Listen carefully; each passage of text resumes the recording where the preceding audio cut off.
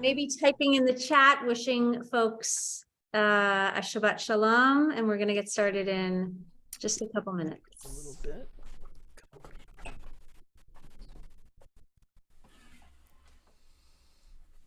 Looks like we're co-hosting because we're seeing all the people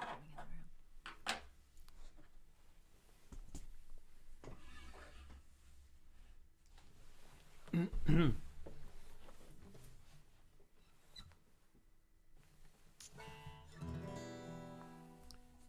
How do I see everybody? Let's see your. Oh, there we are. Hello, everybody.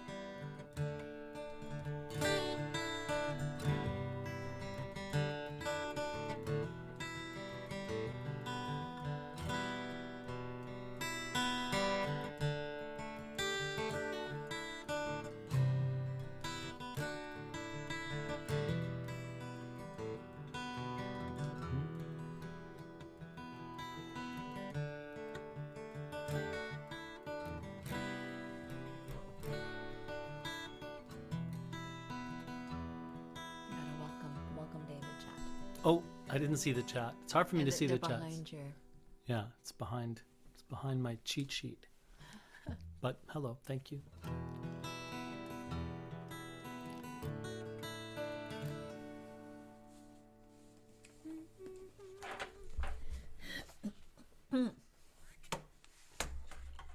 Well, Shabbat Shalom, everyone. It's so delightful to see everyone's faces and names. Oh my goodness. There's a few exhales that we need to be taking this evening. One is just to acknowledge that we made it to Friday, late afternoon, as the sun has set, and we are welcoming Shabbat as one family, as one community. The second is that this was supposed to be a hybrid service. This was supposed to be some folks in person. Certainly your service leaders were going to be in person together, making beautiful music together. And because of this impending storm, we pivoted very quickly. And with that comes just a lot of moving parts and a lot of changes that were made pretty last minute. So you will excuse any hiccups and imperfections that go along the way. Of course, we're not trying to be perfect in any way anyway, as we are imperfectly perfect human beings. And whether we are in person or online or a hybrid, we're going to make beautiful music together. A couple announcements before we actually get started. We have a little bit of administration. One is that I am joined this evening by David Gershon, who is leading services with me. Hello, hello. Stay tuned for the person who's beside him. And a lot of the lyrics to the prayers that we're going to be singing tonight are actually going to be behind his head. So I know it's like the magic of technology. We also have a Siddur that we posted on the website under the event itself. And for a couple portions of the service, we're going to be inviting you to open it up on the device you're on, perhaps a secondary device. If that doesn't work for you and it's just too much technology, don't worry. You can just close your eyes, listen to music, and do your own Shabbat thing.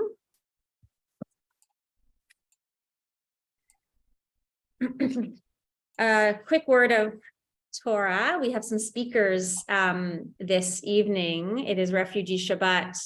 And so rather than take up time during the service itself, I just want to open up with a few words by way of introduction. So this week's Torah portion is called Tetzaveh, and it has a really interesting and beautiful line.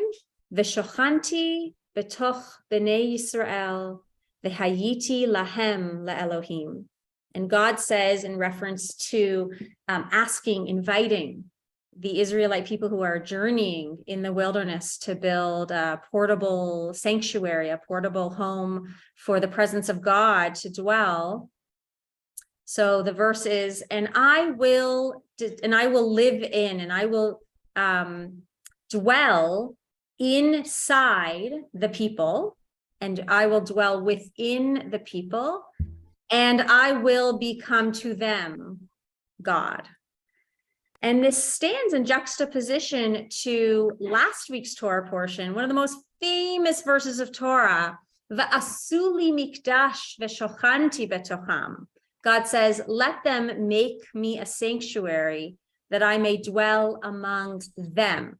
It's a curious use of language, of course. It's not make me a sanctuary, God says, so I can dwell in the sanctuary, but rather inside them, the people themselves. So we have these two verses that are inviting us to work together. Let us build a sanctuary, and we will do that with music, and we will do that with prayer, and we will do that by virtually sending love and Shabbat blessings to each other. And in doing so, the presence of the Divine One, however and whatever that is, no doubt will sit in our midst, and it will be a beautiful time together. And not just we're making beautiful music together, but that when we work together to make such things like sanctuaries or other important things in the world, we act towards bending the arc towards justice, that the world becomes the more just place that we know that it can be and that we know that it should be. We have a very famous quote by an Aboriginal elder and leader, Leela Watson. It's actually accredited to her, but she doesn't want to take all the credit, and has said for many years that this was in Queensland, a collaborative effort that came up with this quote. This is what she and they wrote. If you have come to help me, you are wasting your time. If you have come because your liberation is bound up with mine, then let us work together. Ve'asuli mikdash v'shochanti betocham. If we work together, then our liberations will indeed be bound up in one another. A better teaching and introduction and intention for Refugee Shabbat I could not think of. What a blessing this week's Torah portion is to offer us that teaching. I'd like to introduce once again David Gershon. Thank you, Rabbi. And I was so excited to come and I've actually met many of your children on video, because I make musical videos, and I've been making bar and bat mitzvah, b'nai mitzvah videos for your congregation. So excited to finally meet you in person and to sing some harmonies with Rabbi Glickman, who's got such a beautiful voice, and to sing harmonies and all of this with you together. And it was not to be because of the weather. So I got a substitute singer to step in with me, who just happens to be way more talented than me, and recently became a cantor. My wife, cantor Judy Edelman Gershon, who's promised to help me out and be my surrogate congregation, singing along, giving some harmonies.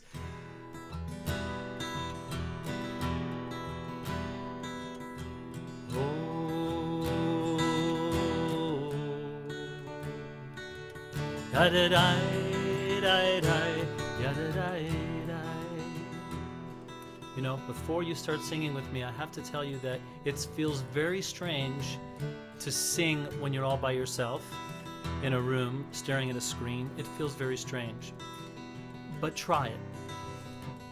Push yourself a little bit, and somehow we will connect across the distance with our voices and our spirit.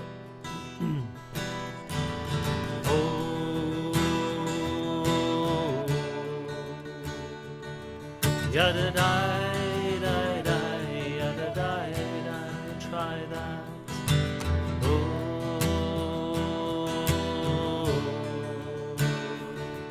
Yada die, die, die, yada die, die. Olam chesed hibane. Yada die, die, die, yada die.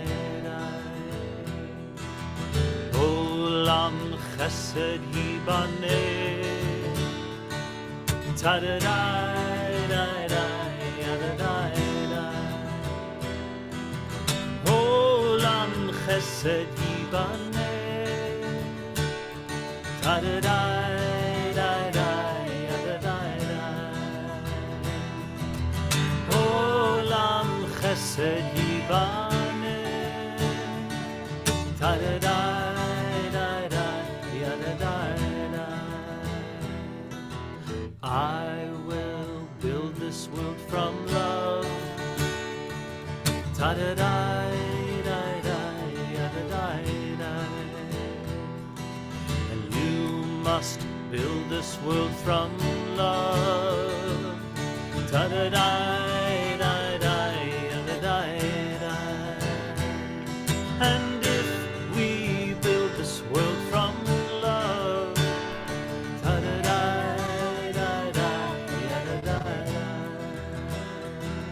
then God will build this world from love.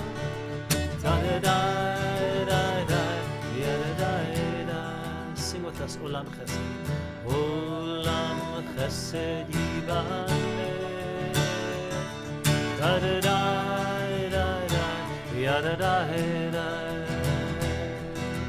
Olam Chesed yibaneh.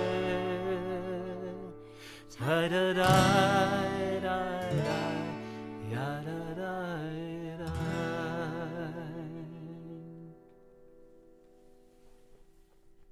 Ozi vezimrat ya vayehi li lishua.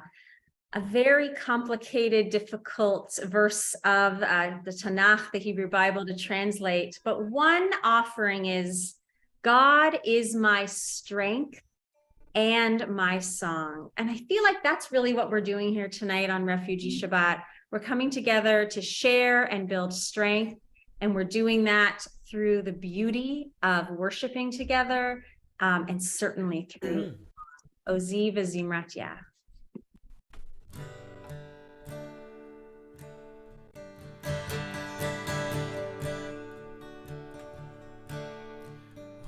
Ozi v'zimrat yah,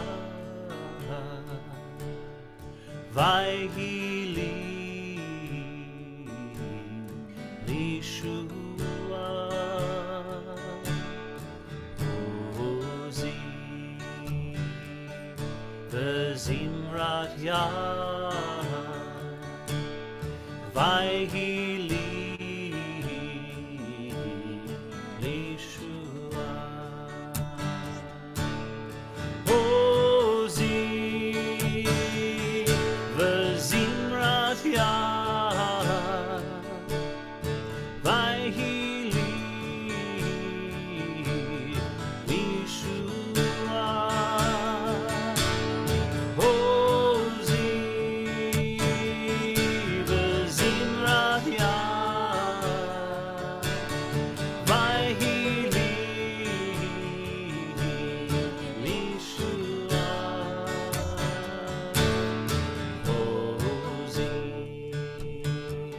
Ozi v'zimrat yah, vayhi li lishua. Ozi v'zimrat yah, vayhi li lishua. Ozi v'zimrat yah, vayhi li lishua. Ozi v'zimrat yah, vayhi li lishua.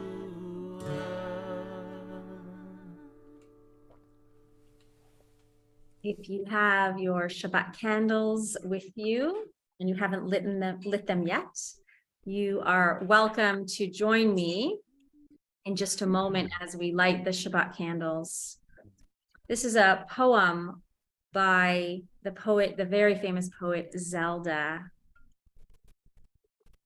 To light candles in all the worlds, this is Shabbat. To light Shabbat candles is a soul leap pregnant with potential into a splendid sea. In it, the mystery of the fire of sunset. Lighting the candles transforms my room into a river of light. My heart sets in an emerald waterfall. Take the light. Okay, go for it.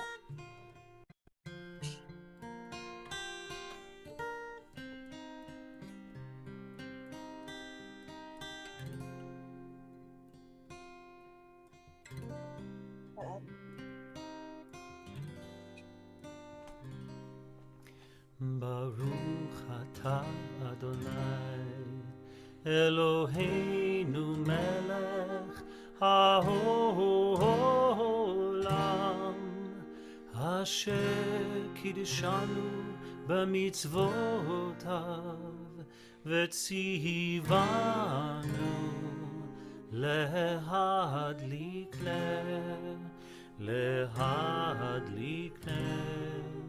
shel Shabbat.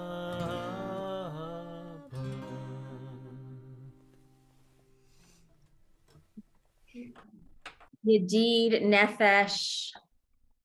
This is a mystical text that we say on this evening of Shabbat. And there's nothing much more to say except it is a beautiful love song between us and the Divine One, between us and Shabbat. And let's just start with na na na, like this. Na na na na na na na na na na na na na. Try that. Na na na na na na na na na na na na na.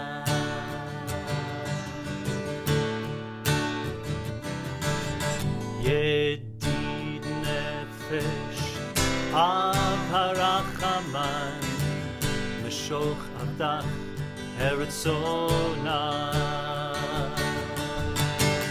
yarutz avdach kemo ayad ishtacha ve'el mul hadar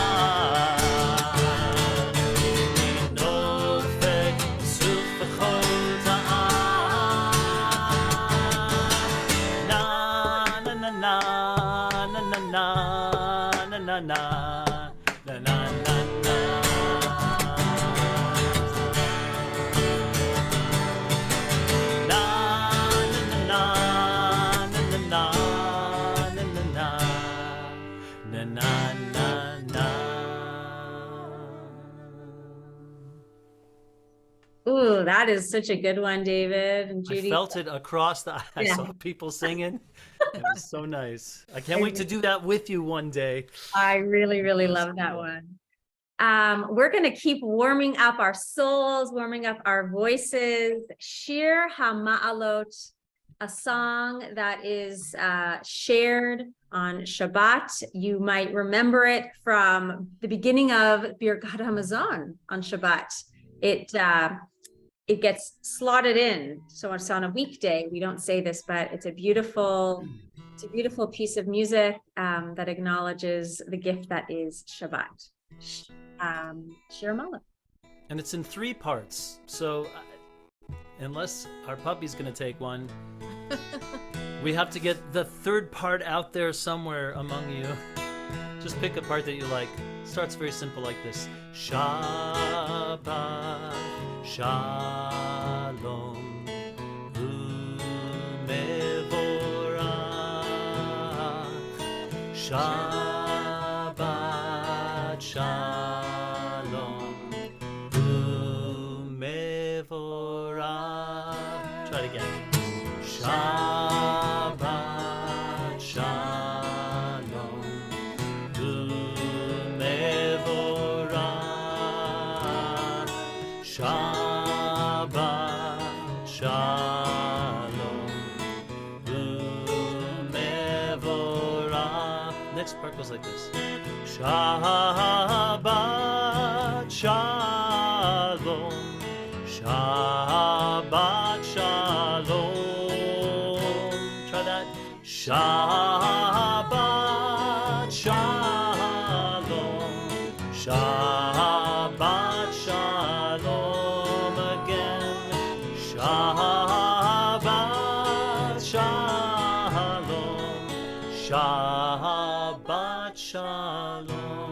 Pick any part you like. Shabbat Shalom. Shabbat Shalom. Shabbat Shalom. Shabbat Shalom. Shashir Hamalot. Yeshu Adonai at Shivat Zion. Hayinu kecholim. Azimale schopinu ushonenu rina. Az yomru v'hagoyim higdil Adonai la'asoti meileh. Shabbat Shalom. Shabbat Shalom. Shabbat Shalom. Shabbat Shalom.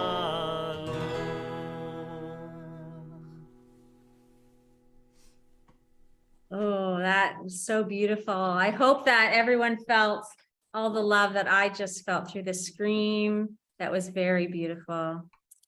L'chadodi, our final offering before the warm-up time of our service is finished. We get so many opportunities to really get in the zone and escape the week that was and really settle into this Shabbat space. L'chadodi, another Kabbalistic text that imagines, if it's possible, that Shabbat is a bride that enters when the sun sets, and the Kabbalists of the 16th century would go out in the mountains in Sfat, and as the sun was setting, they would sing this song and welcome this proverbial bride, which we could take into being less gendered and just say a beloved one who enters into our sphere. And we are reminded with this beautiful L'chadodi that we are in forever relationship with the Eternal One, and that we get to renew it and be reminded of it every Shabbat.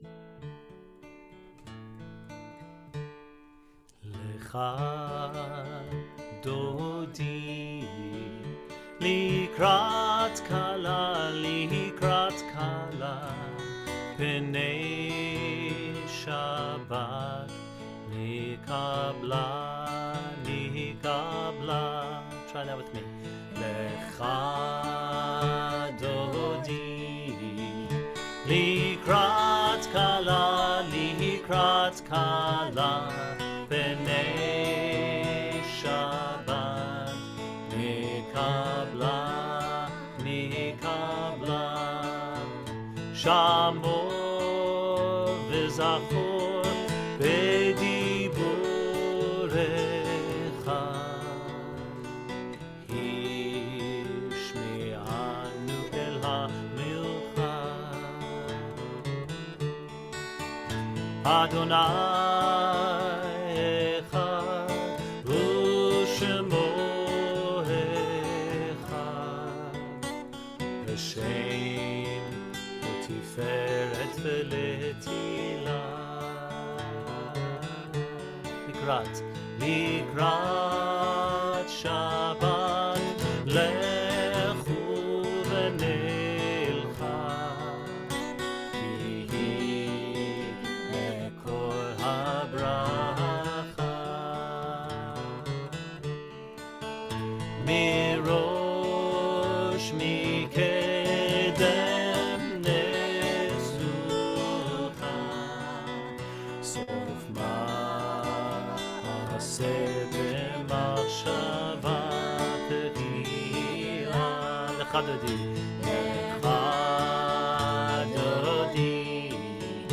Likrat kala Pnei Shabbat nikabla Hitoreri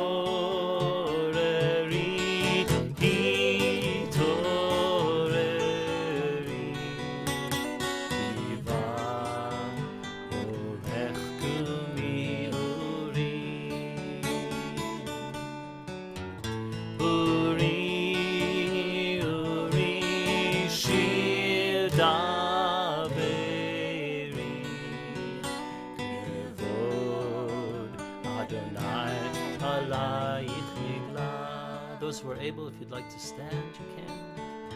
Boi v'shalom ateret ba'ala Gam v'simcha u'tzola Toch emunei am segula Boi chala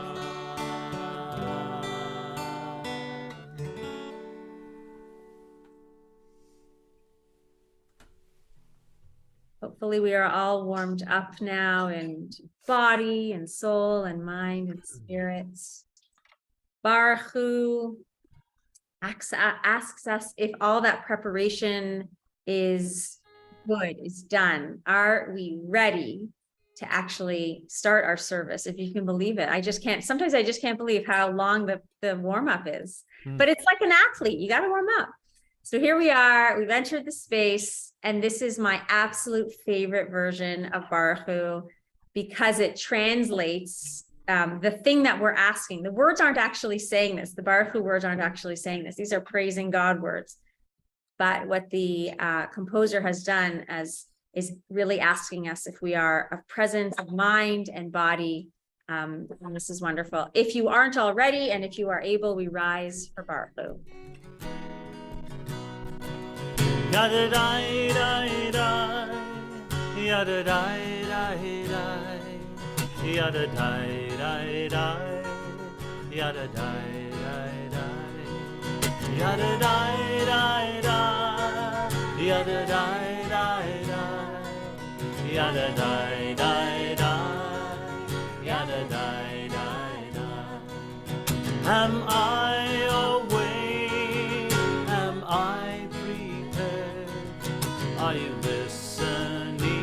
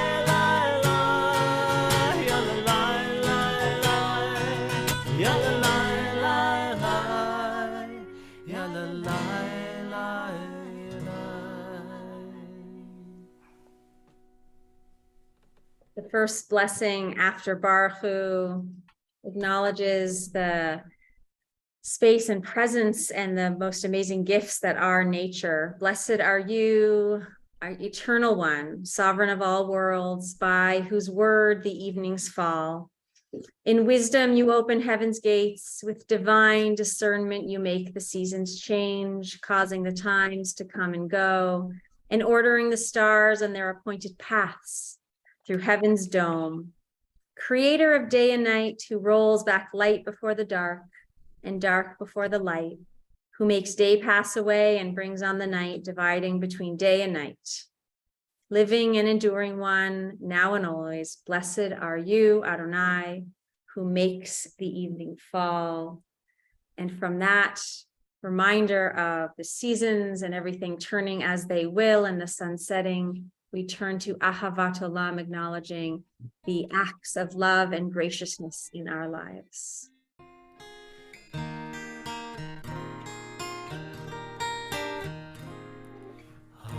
Ahavat Olam, Beit Yisrael, Amcha Ahavta, Amcha Ahavta,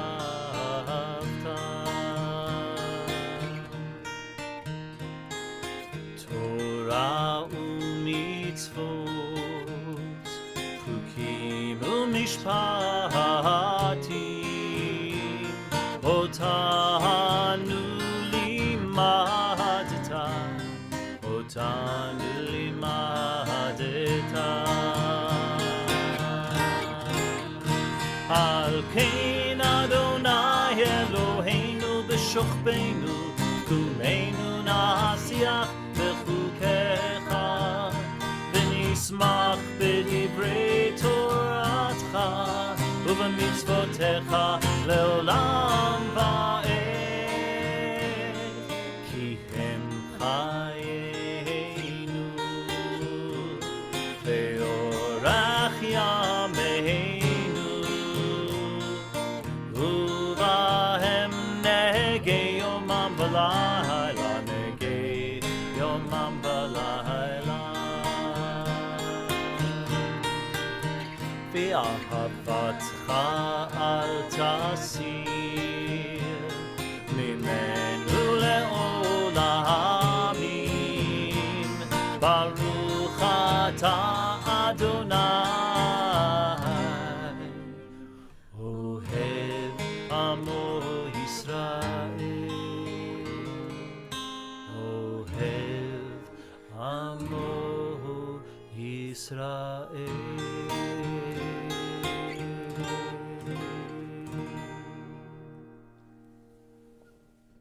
We turn now to prepare for Shema.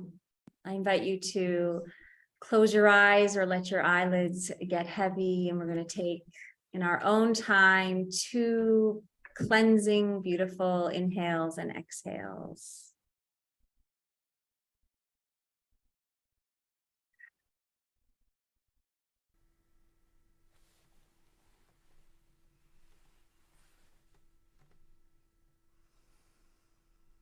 Shema Yisrael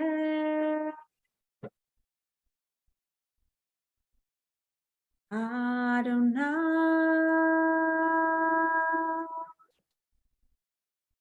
Eloheinu Adonai Echad. If we were standing, we are seated.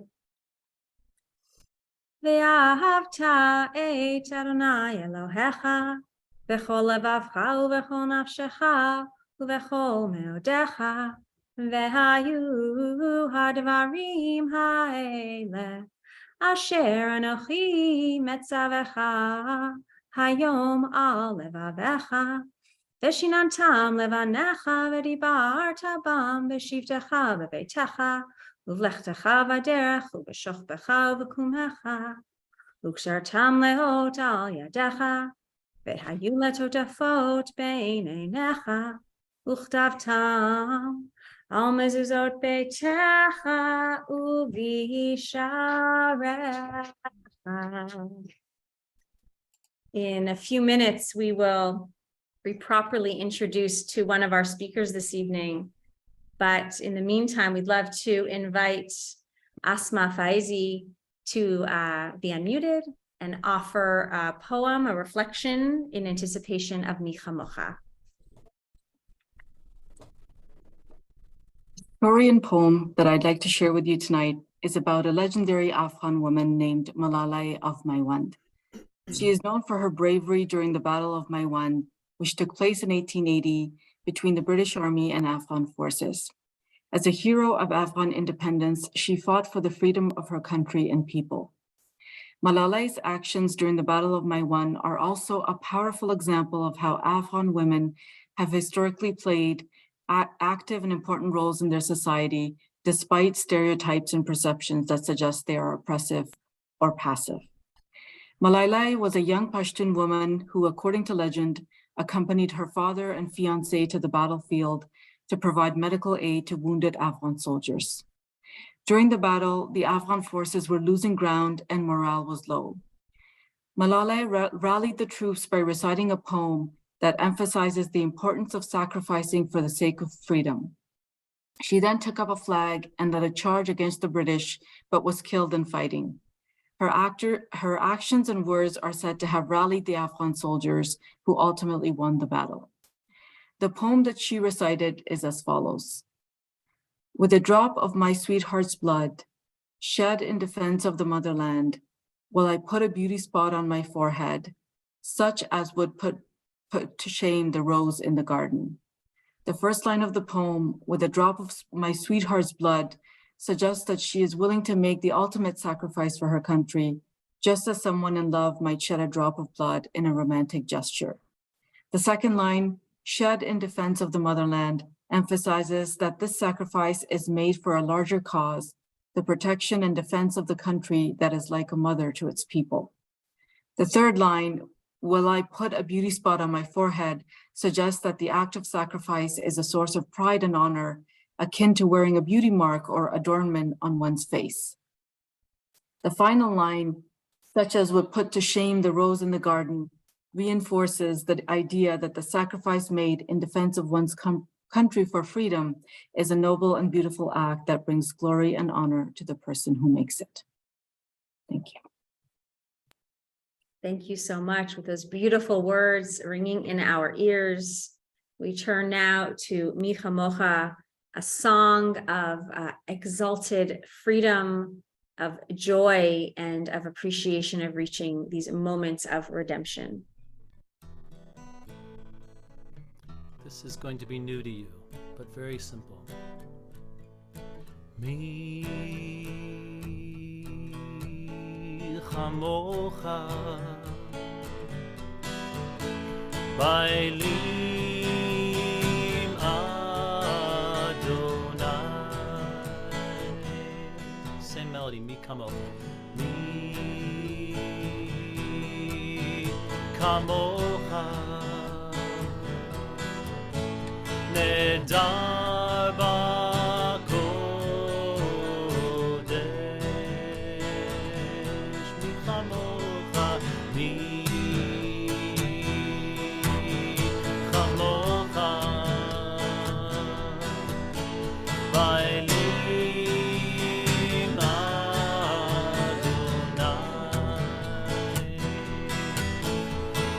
mi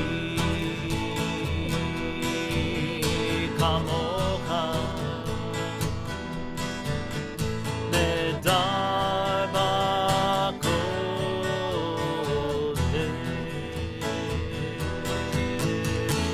Nora tehilot osef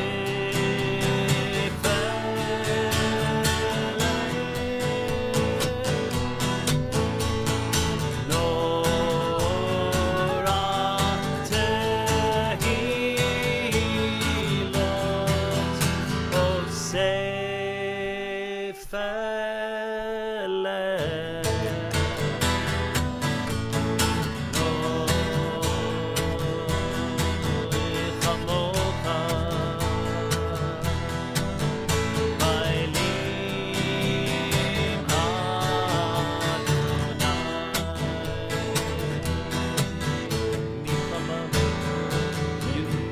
sing with me or Judy. Judy, you sing Nora, I'll sing me.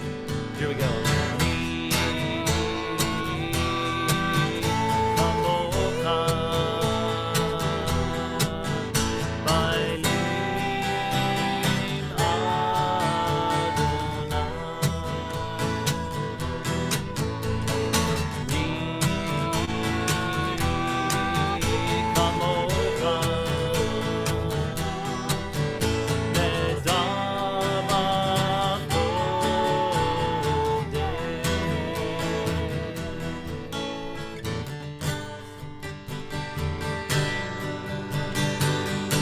מלכותך ראו בניך, בוקע ים לפני משה ומרים, זה אלי ענו ואמרו, אדוני ימלוך לעולם ועד.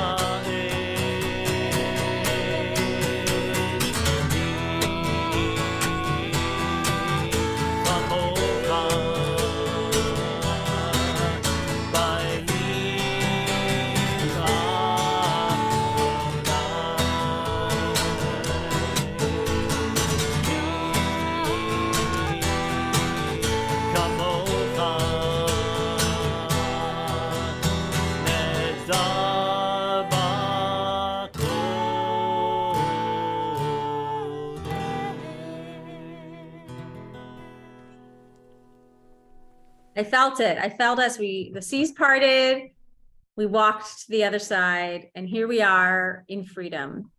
And one of the things sometimes with great freedom comes great challenges, I suppose. I'm trying to make a lovely segue, everyone, between Micha Mocha and Hashkivenu, which our beloved Sarah Green will be leading for us in just a couple seconds.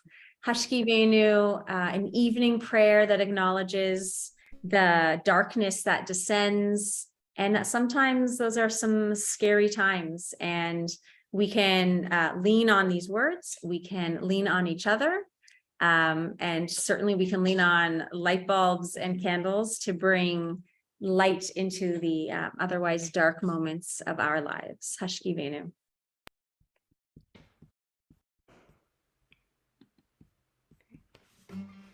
And obviously, this is a song that the community knows well, so please sing along with me.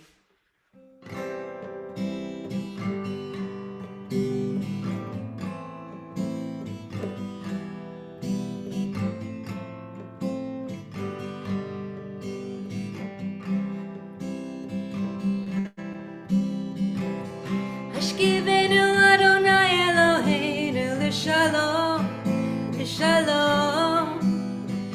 Hamidenu shomrenu lechaim, ufros alenu sukat shlomecha, ufros alenu sukat shlomecha. Amen.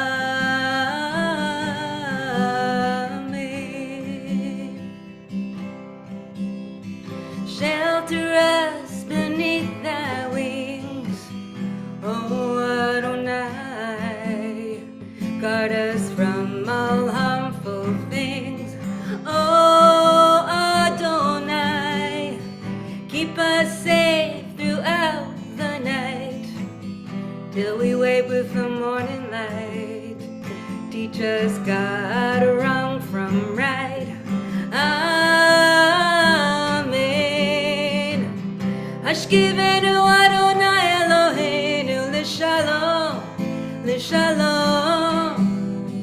Hamidenu shomrenu lechaim. Amen. Amen, amen, amen.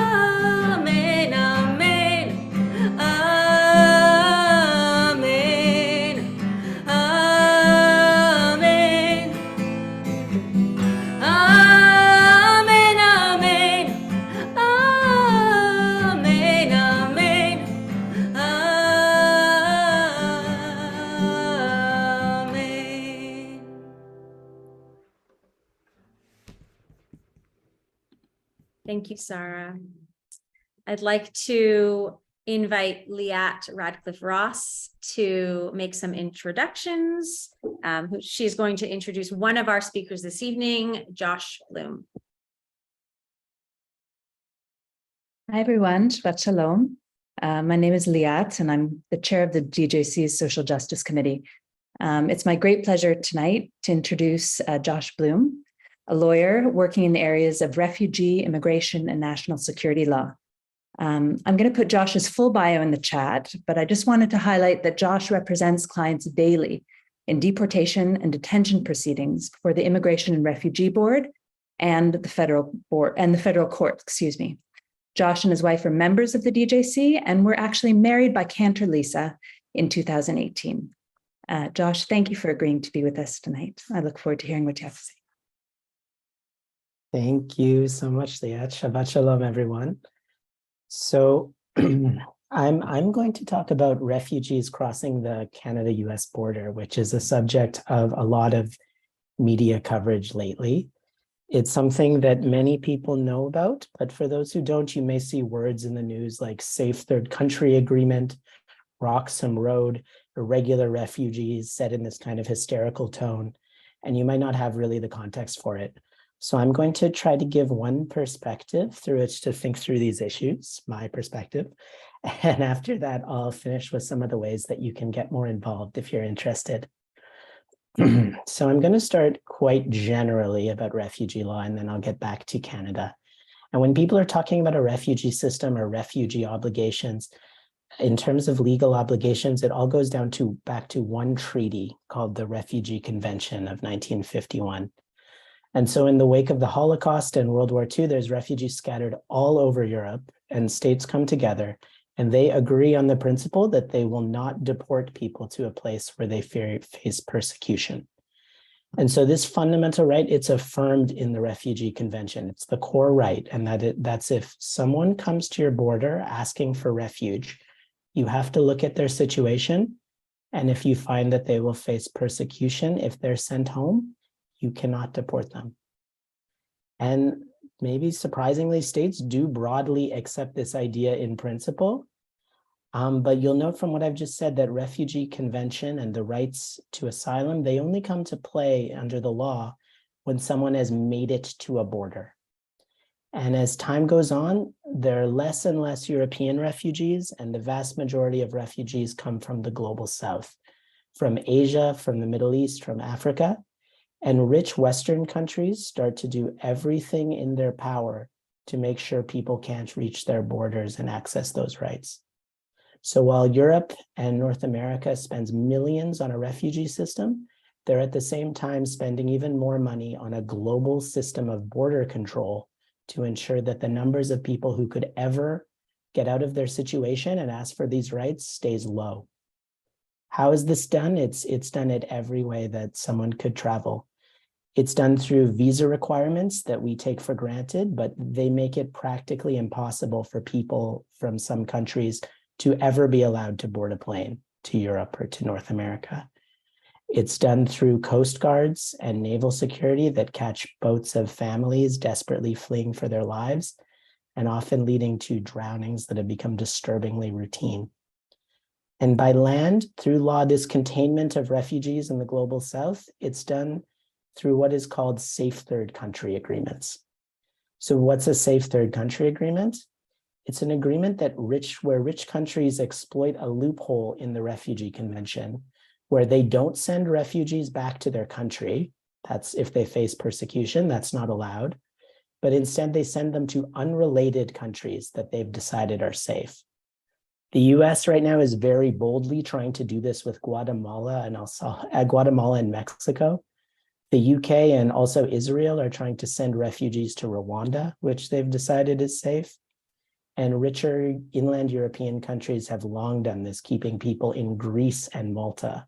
All of this ensuring that desperate people fleeing for their lives can't make it to the richest countries in the world and the places that would have the greatest capacity to take them in. So the reality is really a moral catastrophe, and it's best illustrated with numbers. So I'm going to give some recent stats from the UNHCR website. So there are 32 million refugees globally. Half of those are children, and 85% of the world's refugees are hosted in the global south. So for example, Colombia hosts 2.5 million people. Pakistan has 1.5 million. Uganda has 1.5 million.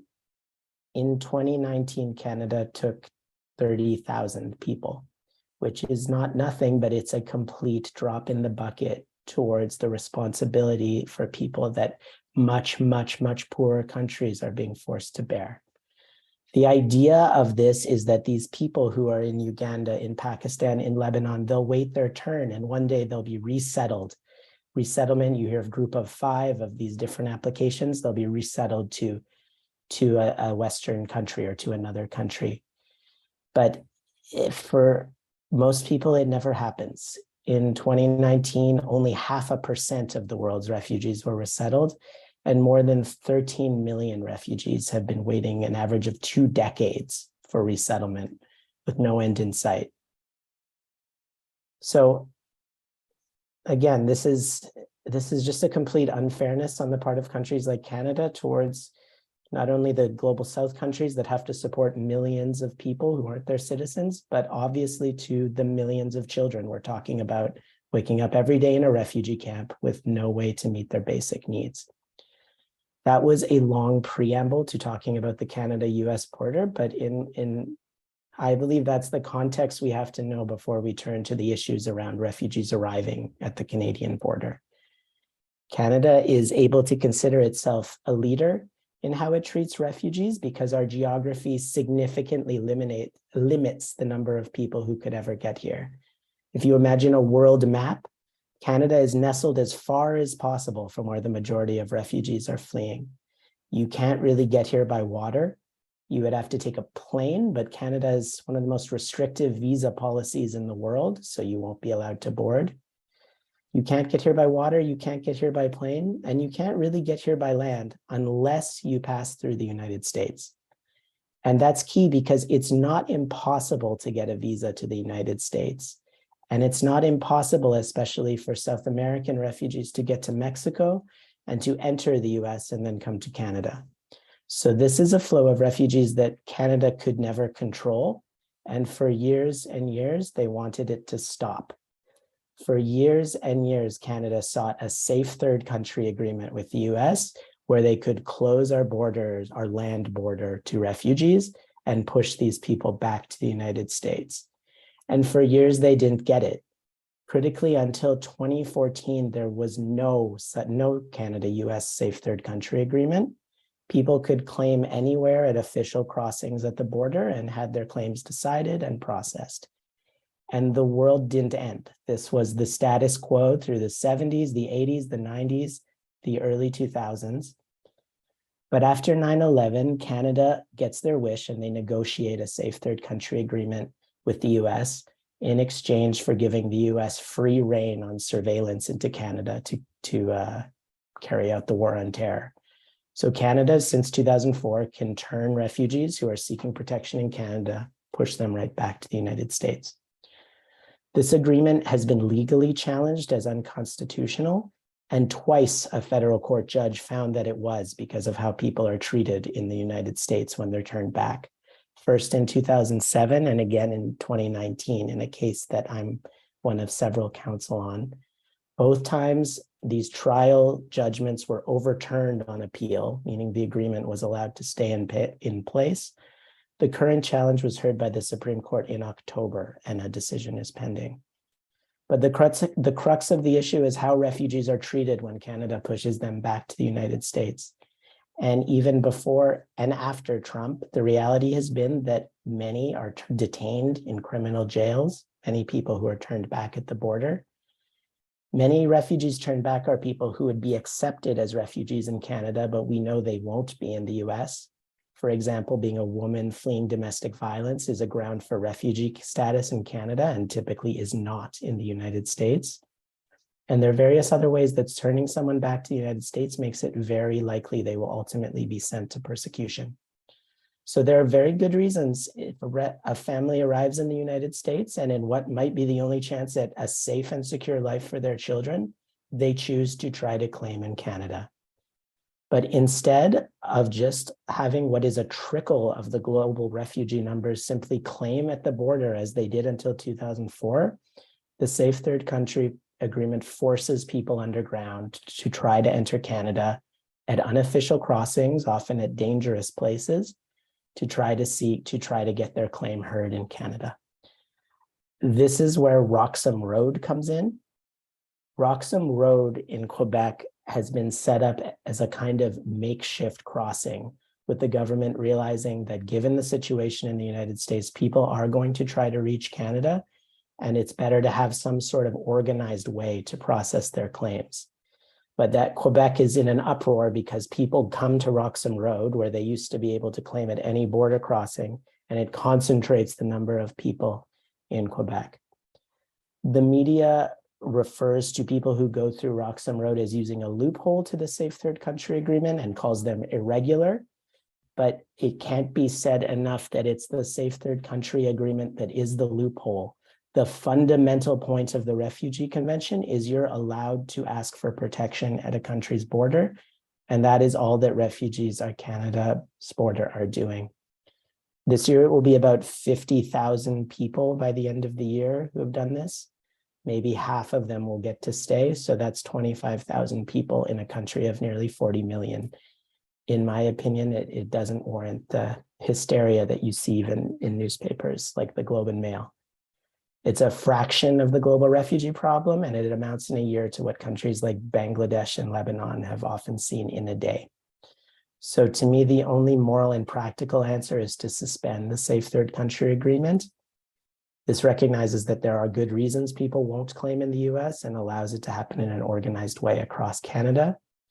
What the answer is not is to close Roxham Road, which is what politicians are calling for, leave refugees paying money to smugglers to try to have their claim heard in Canada, or to try to militarize and guard a 5,000-mile border, which is impossible and would become a financial giveaway to military contractors, which is like what is happening at the US border with Mexico. At this point, we could go either way, and I hope Canada will take the first path and not the second. I'm going to close with what you can do if you're interested in this issue or you'd like to get more involved. The first thing is obvious. It's to write to your member of parliament and say that Canada should live up to our legal and moral obligations to refugees and should suspend the Safe Third Country Agreement. Writing to MPs is not nothing. It really is how they get a sense of what their constituents are interested in. If you want to learn more and work on these issues in a more organized way, I recommend organizations like Migrant Rights Network, who advocate on these issues generally, or an organization called Bridges Not Borders that is specific to Roxham Road. And finally, support refugee shelters who are helping take people in and give them a life of dignity who are arriving. Two in Toronto, I particularly work with and admire our Romero House and Matthew House. I'm happy to share my email if anyone wants more information, or to share those names I just said in the chat. Thank you so much for having me.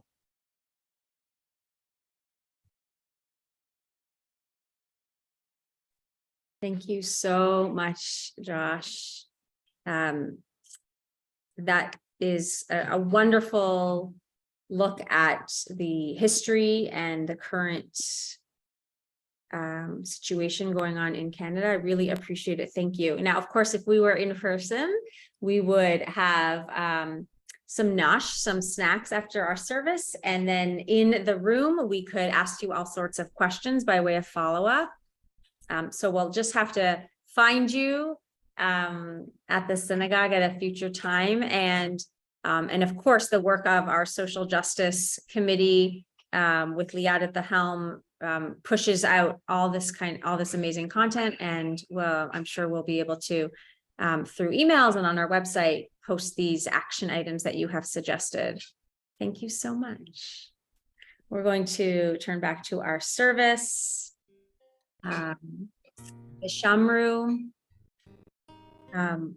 just a beautiful reminder that Shabbat is a gift that comes our way every 7 days, and we have an opportunity to do something with it. And we are doing all the things tonight. We are singing, the Oneg Shabbat is there with the joy. And hopefully the other mitzvah, the other sacred obligation of Shabbat, of menucha, of rest, something that's coming our way. Of course, we're not all schlepping out in this, oh, look, snow has come in the storm. So we acknowledge the beauty of Shabbat with V'shamru. V'shamru b'nei Yisrael et ha-Shabbat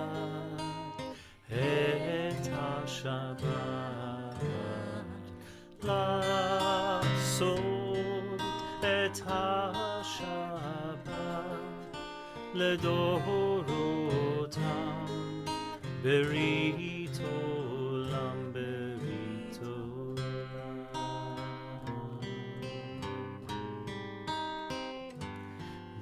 ושמרו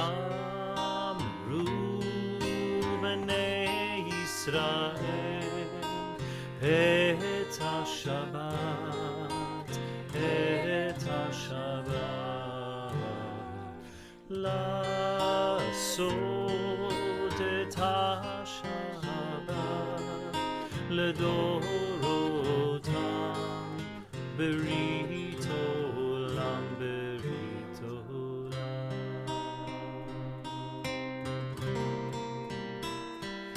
ביני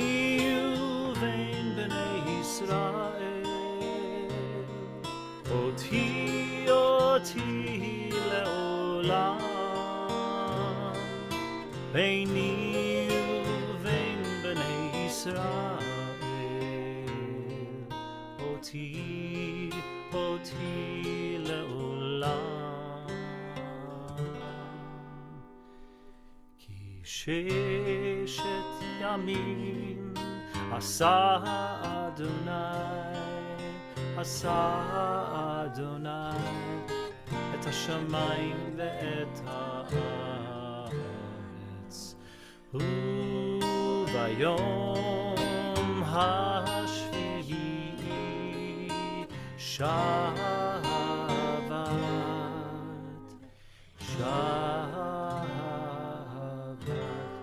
ויהי נפל.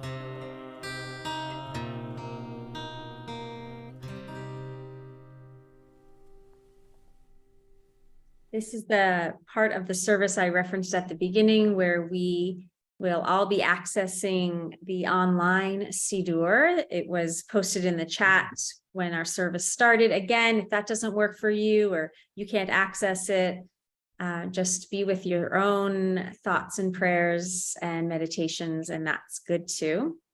We're going to shift to our Amidah, the central part of our service. We will, if you are looking in the document, we're going to open it up together with Adonai Sfatai. The words are, of course, are also behind David's head. And that opens us up into what will then be our silent Amidah, which consists of the 7 blessings on Shabbat of the Amidah, which can be found on that Siddur, on that online Siddur, pages 8 through 10. And then we'll come back together with a song of peace, and we will continue with our service from there.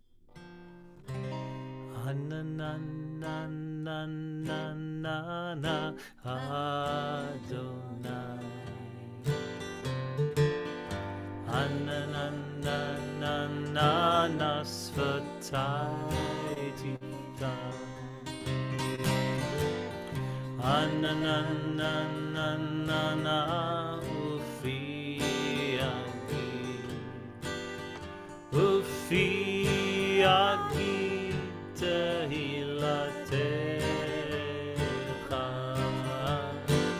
na na na na na na na na Adonai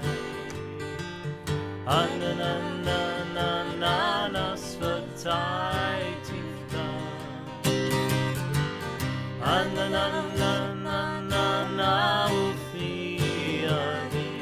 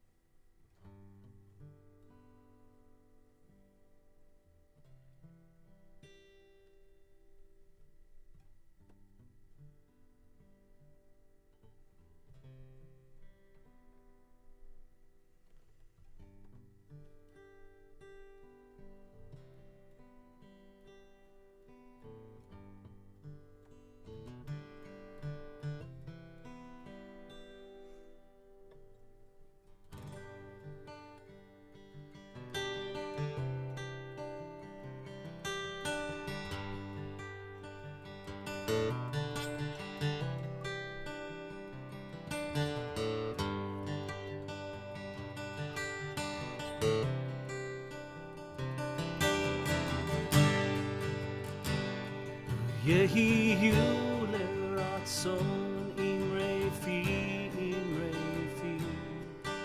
והגיון ליבי לפניך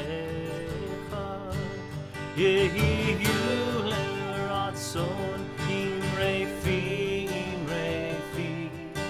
והגיון ליבי לפניך אדוני צורי אדוני צורי וגואלי אדוני צורי אדוני צורי וגואלי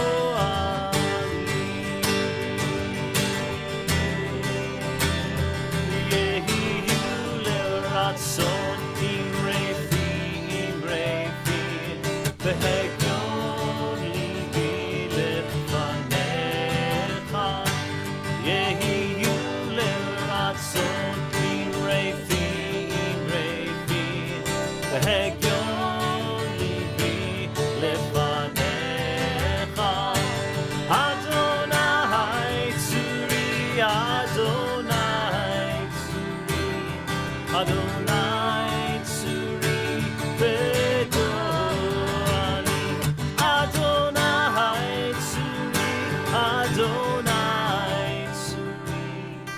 Adonai Suri Vegoali.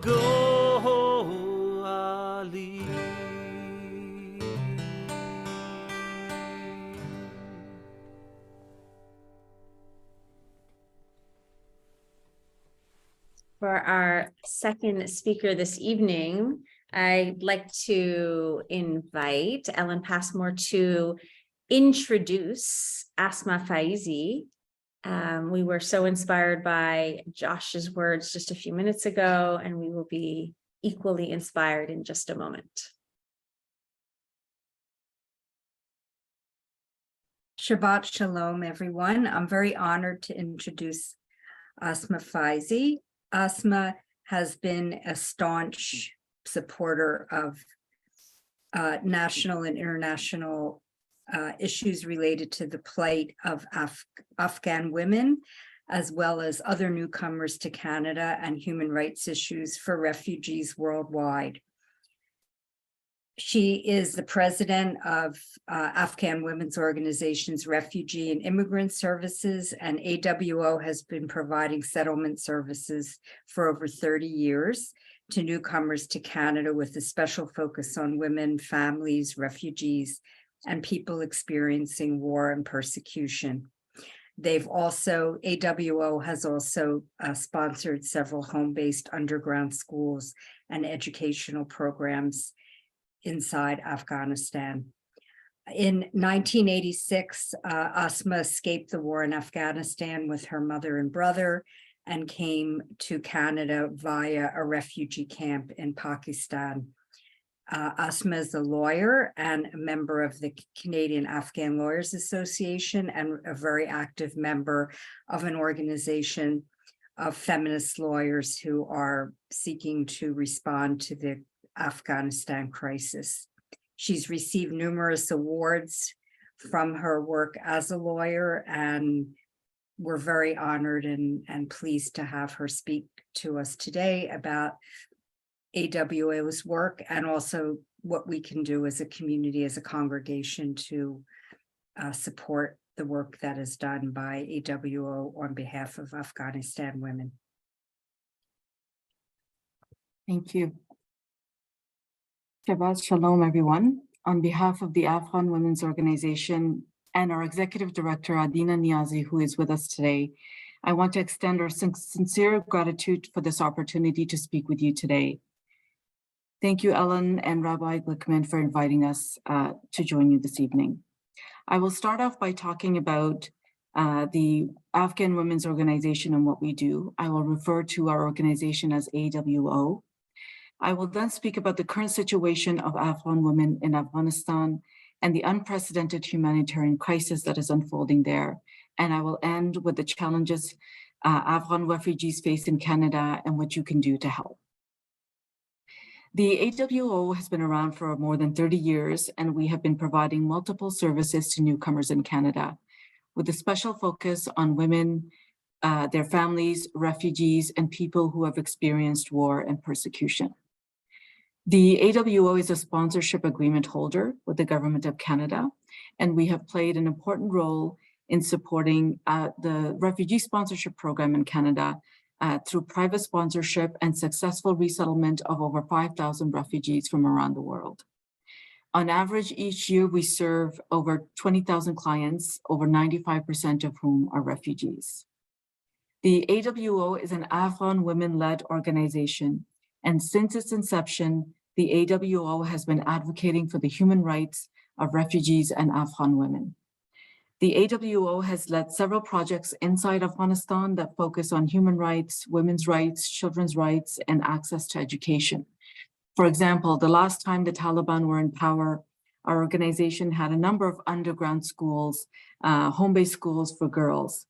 We also had income generation projects and capacity building programs for women NGOs or non-governmental organizations. And currently the Afghan Women's Organization runs an all-girls orphanage in the Afghanistan's capital city of Kabul. In terms of the current situation in Afghanistan, the Taliban's takeover during the summer of 2021 has brought about an unprecedented humanitarian crisis and eliminated the progress in human rights over the past 20 years for the people of Afghanistan, especially for women and girls. Women's rights are being attacked in Afghanistan in a way that is unmatched in the world today. The Taliban have banned girls from secondary schools and universities, removed women from most public institutions, restricted women's employment and movement and their access to basic services, and most recently prohibited them from working in non-governmental organizations. And they are abducting and detaining any woman who speaks out against these discriminatory policies. This is compounded by Afghanistan's unprecedented economic and humanitarian crisis that has left millions of Afghans in need of aid. Afghanistan's economy is on the brink of collapse. Billions of dollars in aid and reserves have been cut off. Afghans cannot afford basic necessities. Many are forced to resort to precarious and desperate means in order to support themselves and their families, and this is disproportionately impacting women and children.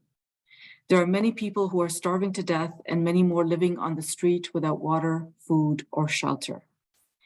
Our message to you today is don't forget the people of Afghanistan. The situation is worse than what you see in the media. The scale of the humanitarian crisis is unprecedented with a very real risk of systemic collapse and human catastrophe. According to the UN, it is the worst humanitarian disaster this world has ever seen. Some 23 million people are in desperate need of food. 1 in 3 people are hungry. 2 million children are malnutritioned, and more than 500,000 Afghans have been displaced inside the country, primarily due to the recent crisis. But this is over and above the 3 million Afghans that were already internally displaced within the country. And it's estimated that 80% of these internally displaced persons are women and children. In light of the political and economic crisis, understandably, many Afghans are fleeing the country. Many of these people face bribe, extortions, and violence by smugglers and border authorities. Many have been killed by crossing borders. Afghans who have managed to flee to neighboring or other third countries are also enduring significant obstacles, as highlighted by Josh. Obstacles such as registering as refugees with the UNHCR offices or other authorities. They are not able to get refugee recognition. There are raids, evictions, deportations, not to mention the inhumane conditions that these Afghans are forced to endure in refugee and detainment camps. I recently read a book by Canadian journalist and author Matthew Aikens called "The Naked Don't Fear the Water: An Underground Journey with Afghan Refugees." The book is about the dangerous journey that this Canadian journalist embarks on with his Afghan friend as they go from Afghanistan to Europe.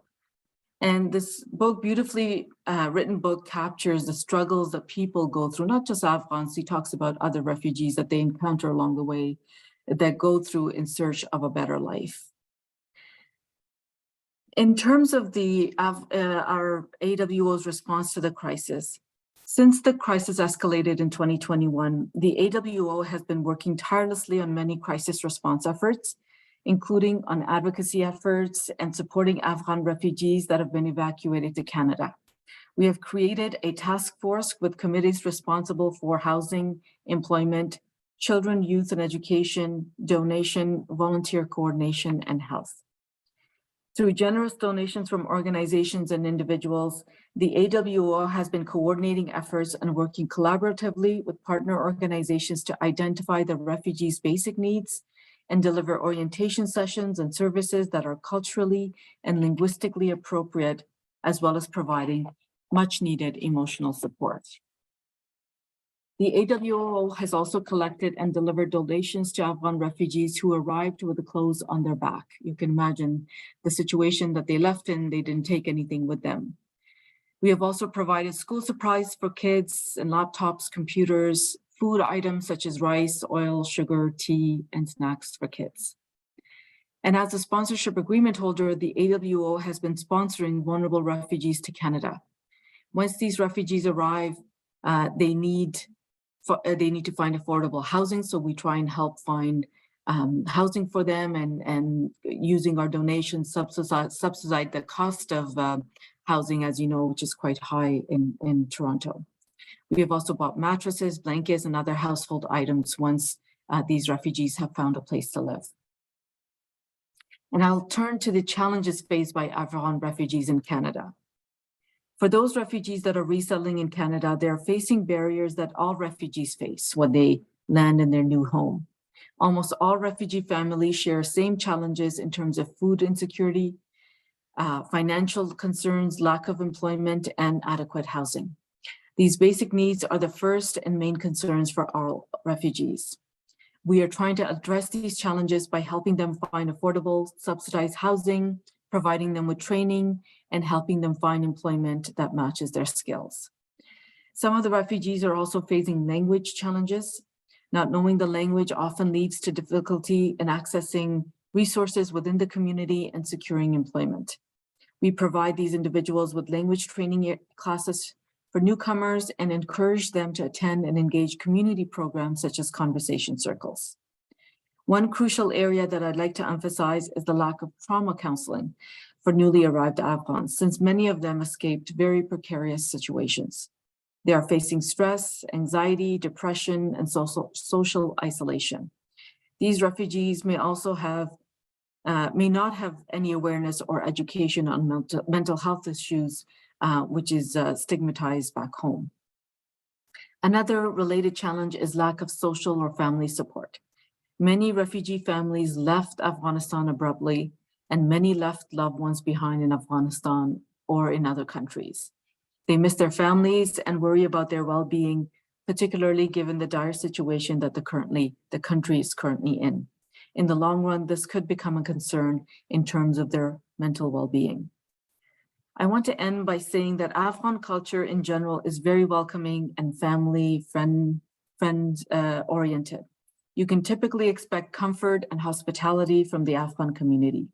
However, coming to Canada for many newcomer Afghans has been challenging due to the unprecedented context in which they came to Canada and the challenges of leaving loved ones behind.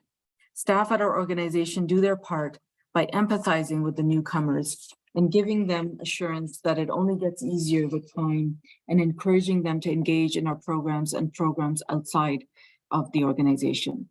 We are grateful for the many generous Canadians and Canadian organizations that have provided support to newly arrived Afghans, and I would encourage you all to continue to support them so that they can successfully resettle in their new home in Canada. Many vulnerable Afghans are still in need of immediate evacuation and resettlement. They would like to settle here in Canada. Any assistance in sponsoring them would be welcomed. Similar to Josh's suggestion, you can write or call your MP and tell them that you are concerned about what is happening inside Afghanistan, particularly the situation of Afghan women. As I mentioned several times during my presentation, there's an unprecedented humanitarian crisis. And you can donate to various international organizations that are delivering aid inside Afghanistan. And of course, there are Afghan refugees in Canada that also need the types of supports that I spoke about. And as I mentioned before, our message to you all is not to forget the Afghan people, particularly Afghan women. They deserve better and should not be forgotten. Thank you for the opportunity to speak with you today.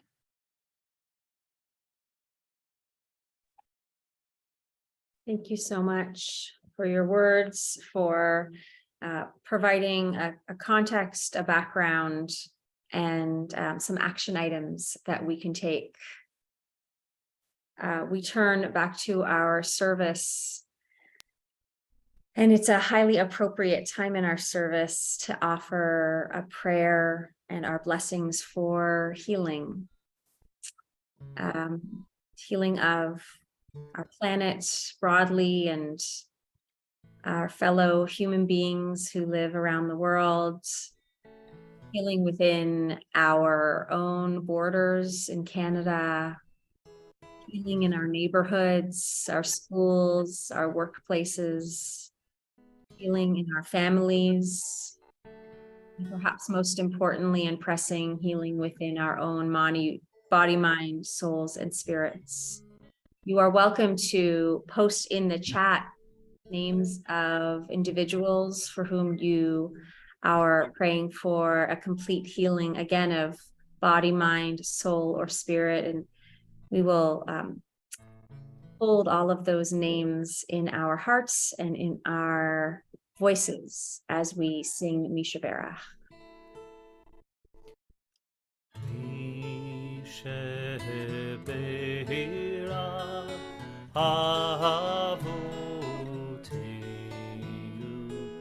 מקור הברכה לאמותינו. May the source of strength, who bless the ones before us, help us find the courage to make our lives a blessing, and let us say Amen.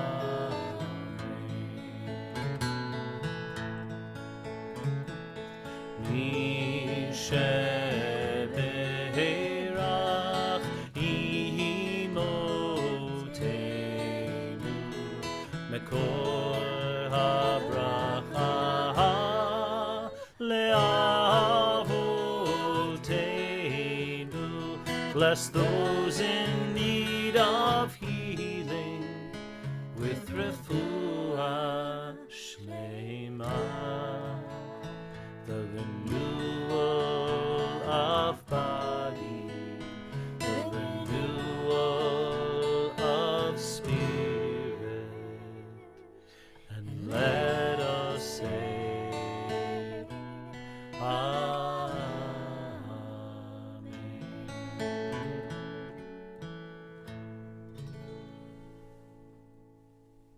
Together we say Amen.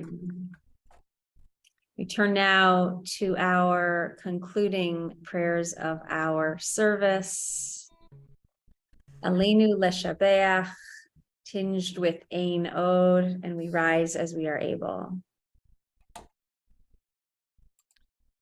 I'm going to make this nice and big on my screen because my first time singing this way, this beautiful melody that the rabbi taught us. Eino,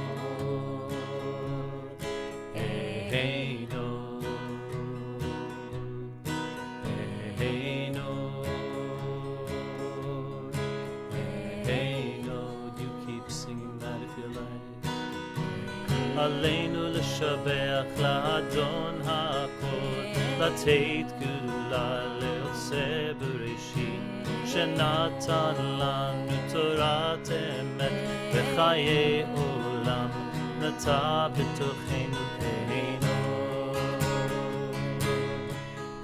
אינו. ואנחנו קוראים, משתחווים ומודים לפני מלך מלכי המלכים, הקדוש ברוך הוא.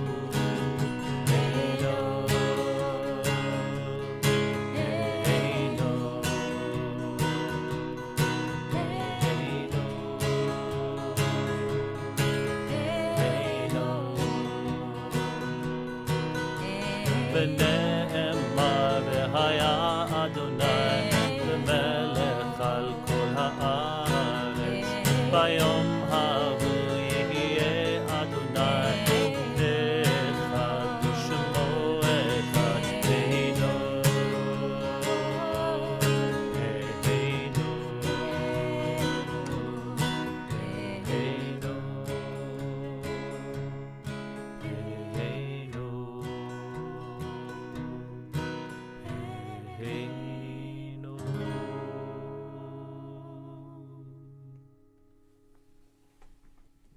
We turn back to our online Siddur, pages 12 and 13 for Kaddish Yatom, Mourner's Kaddish. And we bring to mind our loved ones, family and friends, neighbors and colleagues who are no longer with us and sadly no longer share this sphere of existence. You're welcome to add names in the chat if you are remembering, if it's a period of Shloshim, if it's within the year of someone's death, if it's the Yurtzeit, the anniversary, or if it is just a Shabbat and you bring to mind the gorgeous human beings in your life. Kadish Yatom, Yit Kadal, V'Yit Kadash, Shemei Rabbah. Ve'alma diverachi rete ve'amlich malchute. V'chayechon u'v'yomechon u'v'chaye dechol Beit Yisrael.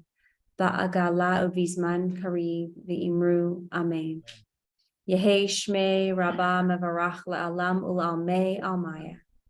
Yitbarach ve'yishtabach ve'yitpa'ar ve'yitromam ve'yitnaseh. V'yithadar ve'yit'ale ve'yithalal shemei dekudasha barichu. Le'ela min kol birchata v'shirata. Tushbachata v'nechamata. Da'amiran ve'alma ve'imru Amen. Yehi shlama rabba min shemaya. V'chaim aleinu ve'al kol Yisrael ve'imru Amen. Oseh shalom b'mromav. Hu ya'aseh shalom. Aleinu ve'al kol Yisrael ve'al kol yoshvei tevel. Ve'imru Amen. Oseh shalom b'mromav. Hu ya'aseh shalom.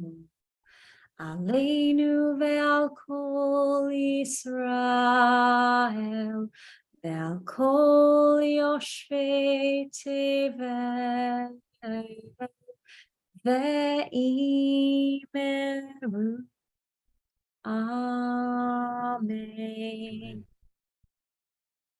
You may be seated if you were standing. We turn now to some announcements. First, Sarah is going to offer congregational announcements, and then Liat will be providing an update on the Muhammad family.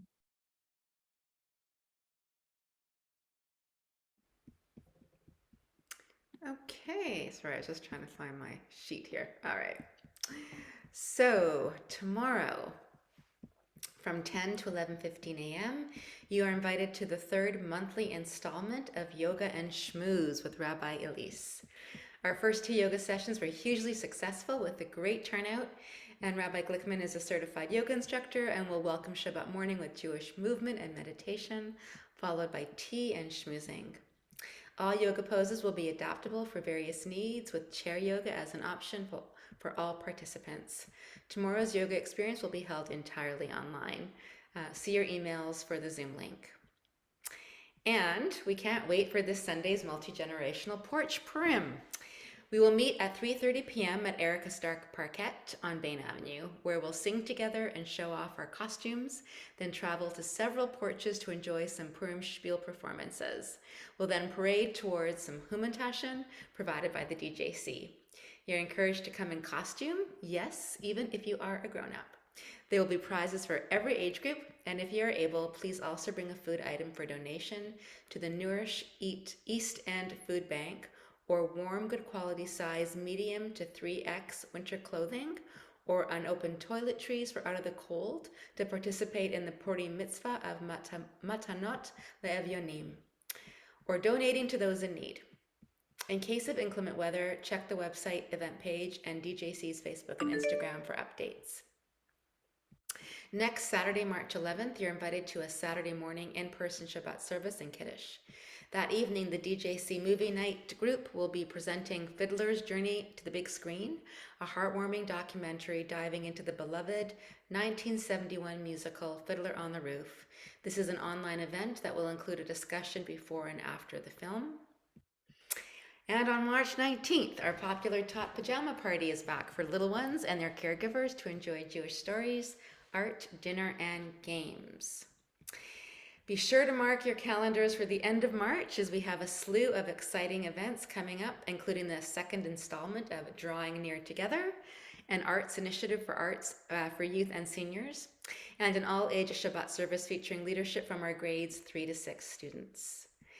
And then, of course, on Saturday, March 25th, we have our Earth Hour, Havdalah and Coffee House. And I am still looking for more performers, artists, spoken word, whatever it is, poetry, bring it on. You can email Miriam Brickman or myself to let us know if you'd like to participate. It's going to be a really awesome night. And then there is also going to be a whiskey tasting fellowship and fundraising event coming up. So for more information on that, please feel free to check the events page on our website, djctoronto.com/events, where all of the information about these and other events can be found. And finally, and importantly, and sadly, we would like to announce that our beloved Kathy Miller will be retiring in June 2023. I'm sure very happily for her, lots of new journeys on the way, and we are just so grateful for her exceptional magic, incredible warmth, and immeasurable contributions as Director of Administration for the DJC over the past 22 years. And of course, she's also a founding member of the DJC. And plans are underway for the DJC community to acknowledge Kathy's extraordinary service. And with that, I will hand it over to Liat.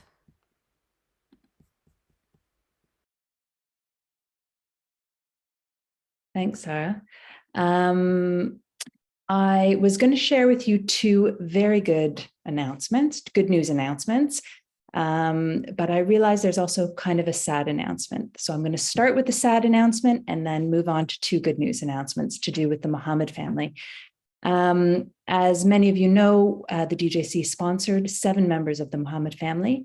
And actually they're about to celebrate they're almost exactly right now, they arrived in Canada 5 years ago.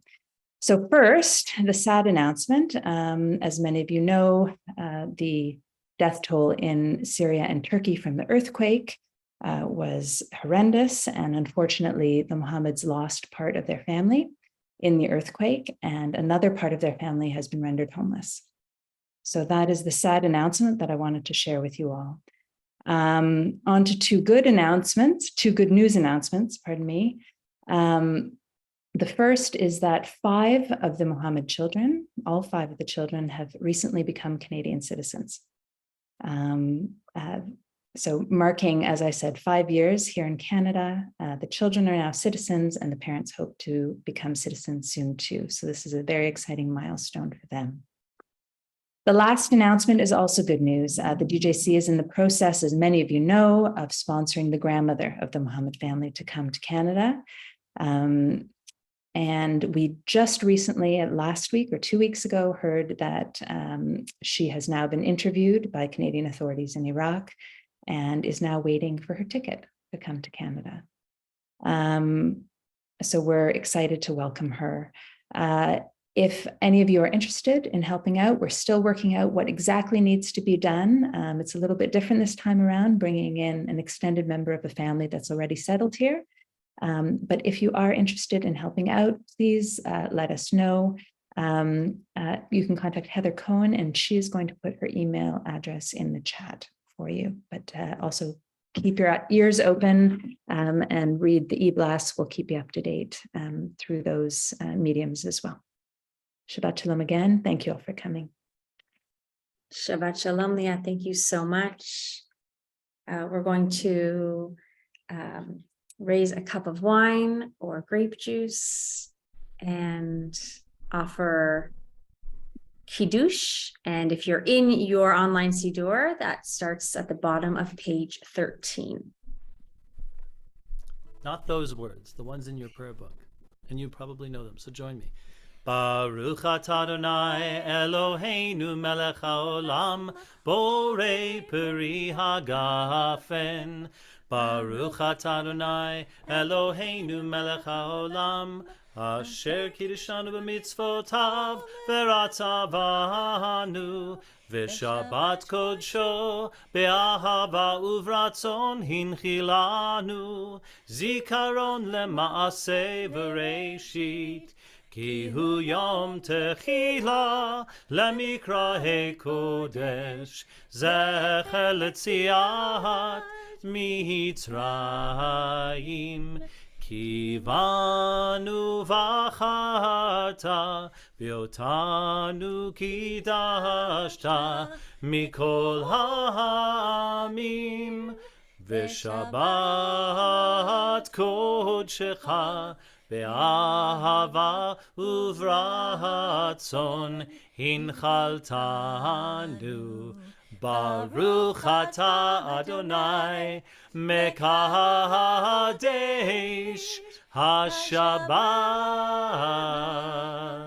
לחיים. L'chaim. If you have a challah, you're welcome to bring it forth. These chalot I hurriedly made this afternoon, and they came out of the oven at 1 minute to 7 tonight. That's why I actually stepped away for a second just before the service started. So the timing was amazing, everyone. With gratitude for coming together, even on a snowy evening, and the benefits and the blessings of technology. Thank you so much to Asma and Josh, our speakers this evening. Of course, thanks to David Gershon. Judy, thanks for providing beautiful harmonies. Motzi. Baruch atah Adonai Eloheinu melech haolam hamotzi lechem min haaretz. Amen. Absolutely gorgeous. Oh my goodness, how can I talk while I'm eating? We are going to bless each other before we have our concluding song. So if you are with someone, hold them close, hold them tight. Even if you are with someone, we are going to put our hands out and pretend we are actually connecting, because we are, even with the gift of technology, we are connecting to each other. Yasimchem Elohim Kasara Rivka Rachel Valeah. May the Holy One make you to be like our ancestors, Sarah, Rebecca, Rachel, and Leah. Yasimcha Elohim Ephraim v'chli Menashe. May the Holy One make you to be like our ancestors, Ephraim and Menashe. Please repeat after me, even if you are muted, even as it is into the void. Yevarechechem Adonai v'yishmerechem. Yevarechechem Adonai v'yishmerechem. May the Holy One bless you and protect you. May the Holy One bless you and protect you. Ya'er Adonai panav elechem v'chunechem. Ya'er Adonai panav elechem v'chunechem. May the light of the divine shine on you and be gracious to you. May the light of the divine shine on you and be gracious to you. Yisa Adonai panav elechem. Yisa Adonai panav elechem. Vayasem lachem shalom. V'yasem lachem shalom. May Adonai's presence rise within you. May Adonai's presence rise within you. And around you and bring you peace. And around you and bring you peace. And we hug and kiss each other in person or through the screen. We're going to end with beautiful words of peace. Oseh shalom. Just repeat after me. Oseh shalom. Oseh shalom. Bimroma. Bimroma. Hu ya'aseh shalom. Hu ya'aseh shalom. Aleinu. Aleinu. Ve'al kol Yisrael.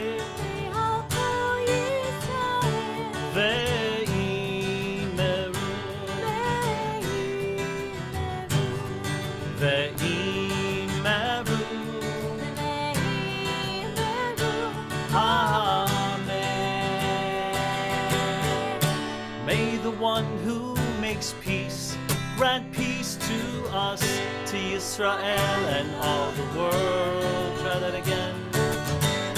May the one who makes peace, grant peace to us, to Israel and all the world.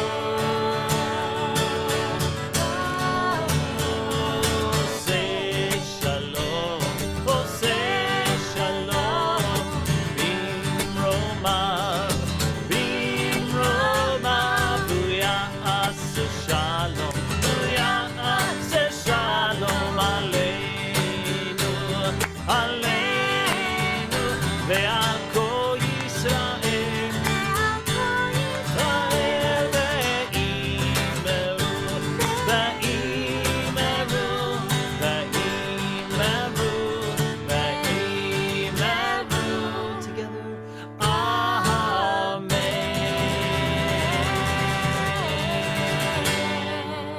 Shabbat Shalom. Shalom. Shabbat shalom, everyone. Stay safe, stay warm. Shabbat shalom.